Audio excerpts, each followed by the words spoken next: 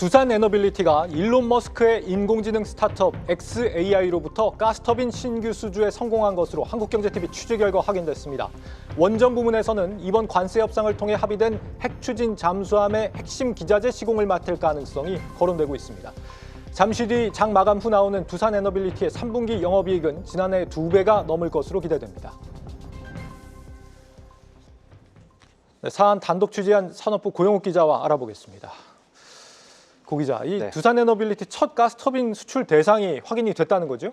네, 맞습니다. 가스터빈 종주국은 미국에 첫 수출을 했죠. 이제 빅테크 기업이 380메가와트급 가스터빈 2기를 주문을 했는데 업계에 따르면 이 회사가 일론 머스크가 이끄는 xAI인 것으로 알려졌습니다.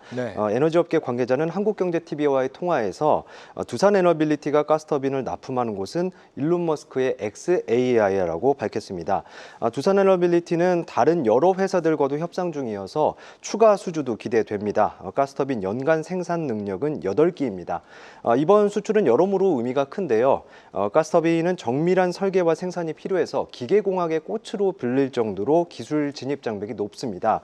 그동안 이제 미국, 독일, 일본, 이탈리아 등 이 4개 국가의 기업이 이제 과점 체제였는데요. 지난해 시장 규모 342조 원, 오는 2032년 535조 원으로 전망되는 곳에 두산 에너빌리티가 진입한 겁니다.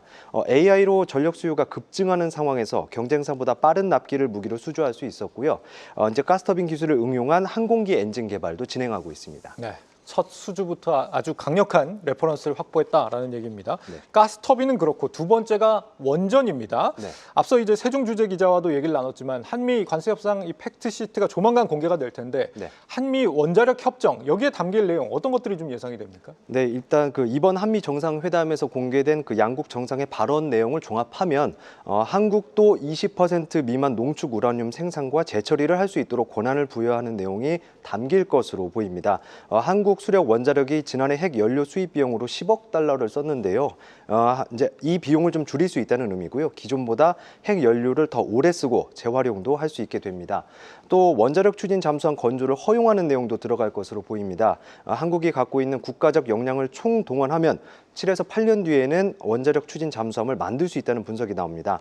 원종대 국방부 자원관리실장은 어제 국무회의에서 현재 원잠에 탑재될 원자로 그리고 무장체계 등 원잠 건조에 필요한 핵심 기술을 확보 중이라고 보고했습니다. 네, 그런데 여기서 핵 추진 잠수함의 핵심 기자재를 두산 에너빌리티가 공급할 가능성도 거론된다는 거죠? 그렇습니다. 일단 해군에서 요구하는 사양에 맞게 한국원자력연구원이 설계를 하고 다양한 기업들이 이제 제작에 참여할 것으로 보입니다.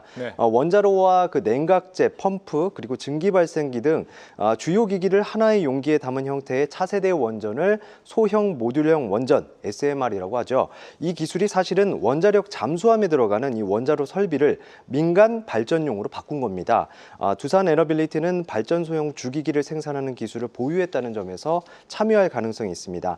다만 이제 원자력 잠수함은 안정적인 출력을 유지하는 이 발전소 용도와는 달리 급가속과 급정지, 또 소음 억제 등의 운용 목적과 환경이 좀 많이 달라서 추가적인 기술이 필요할 수 있습니다. 네.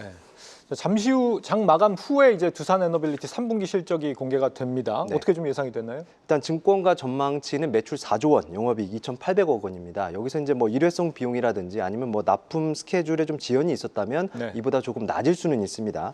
지난해 같은 기간에는 매출 3조 3천억 원에 영업이익 1,100억 원을 기록했습니다. 두산 에너빌리티는 올 초 10조 7천억 원을 수주 가이던스로 제시를 했는데 이 가운데 상당 부분이 체코 원전 관련 수주입니다. 한수원에서 아직 발주를 넣지 않았지만 연내에 이루어질 것으로 기대가 되는 상황이고요. 두산 에너빌리티 측은 이 물량이 채워지면 수주 가이던스 달성이 가능하다고 설명했습니다. 생각해보면 그간 두산 에너빌리티 실적은 항상 좀 기대에 못 미쳤던 경향이 있었습니다. 특별한 이유가 있을까요? 이게 그러니까 수주 기반으로 진행되는 사업인 만큼 결국엔 이제 과거 수주 실적이 1에서 3년 정도 시차를 두고 매출과 영업이익으로 전환이 되기 때문인데요.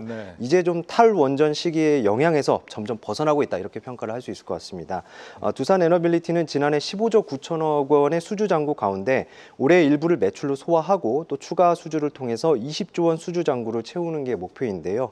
특히 한미 원자력 협력 마누가 프로젝트가 본격 진행되면 일감이 늘어날 전망입니다. 실제로 이제 두산 에너빌리티는 미국 에너지 디벨로퍼인 페르미 아메리카와 최근에 대형 원전 4기 분량의 기자재 공급 예비 계약을 맺은 것으로 알려졌고요.